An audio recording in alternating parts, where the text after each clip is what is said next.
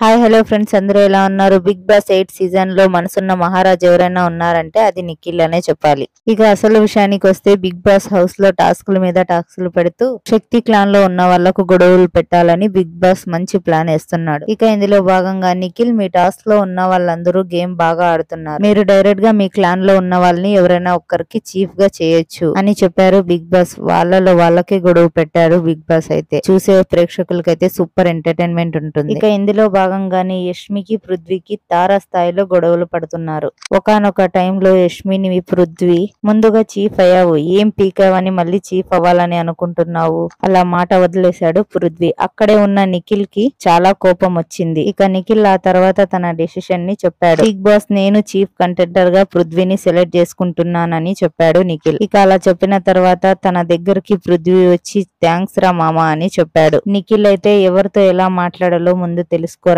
పృథ్వీ అని చెప్పాడు. యష్మి విషయంలో నువ్వు చాలా తప్పుగా మాట్లాడావురా, ఆడపిల్లని ఏం పీకావు అలా అని మాట్లాడితే ఎంత తప్పుగా అనిపిస్తుంది. ఏదైనా నువ్వు డిఫెండ్ చేసి మాట్లాడాలి, అలా మాట్లాడక వెళ్ళొద్దు ఇంకొకసారి. ఆ మాట అన్నందుకు ఆ అమ్మాయి ఎంత బాధపడి ఉంటుందిరా.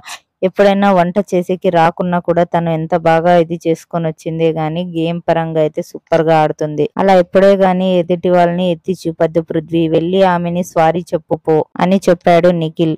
పృథ్వీ, అదేంట్రా ఇలాంటి ఫిట్టింగ్ పెట్టావు అని చెప్పాడు. ఇక నిఖిల్ అయితే, నా ఫ్రెండ్ అంటే నాకు నచ్చేలా ఉండాలిరా, ఒక ఆడపిల్ల విషయంలో అలా మాట్లాడి తప్పుగా ఉండకూడదు అని నేను చెబుతున్నాను, వెళ్ళి సారీ చెప్పు. చూడు పృథ్వీ, ఏదైనా సరే నువ్వు తప్పుగా మాట్లాడినావు, ఇది ఎంత దాకా తీసుకుని వెళ్ళొద్దు, ఇక్కడికే స్టాప్ చేసి బాగా ఫ్రెండ్లీగా ఉండండి అని చెప్పాడు నిఖిల్. మొత్తానికి నిఖిల్ అయితే పృథ్వీతో యష్మికి సారీ చెప్పించాడు. ఇప్పుడు బాగా హ్యాపీగా మాట్లాడుకుంటూ కూర్చున్నారు. ఎంతైనా సరే నిఖిల్ ని చాలా మంచివాడనే చెప్పాలి. ఒక ఆడపిల్ల బాధపడితే బాగుండదు అని చెప్పి వాళ్ళిద్దరిని కలిపాడు. మరి నాకైతే నచ్చింది, మీకు ఎలా ఉందో కమెంట్ చేయండి. Like and share, subscribe.